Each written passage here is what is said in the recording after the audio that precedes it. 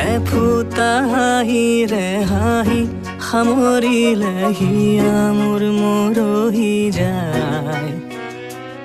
আজৰি পৰতে কথাবোৰ গাঁঠিলো পাহৰো তোমাকে পাই।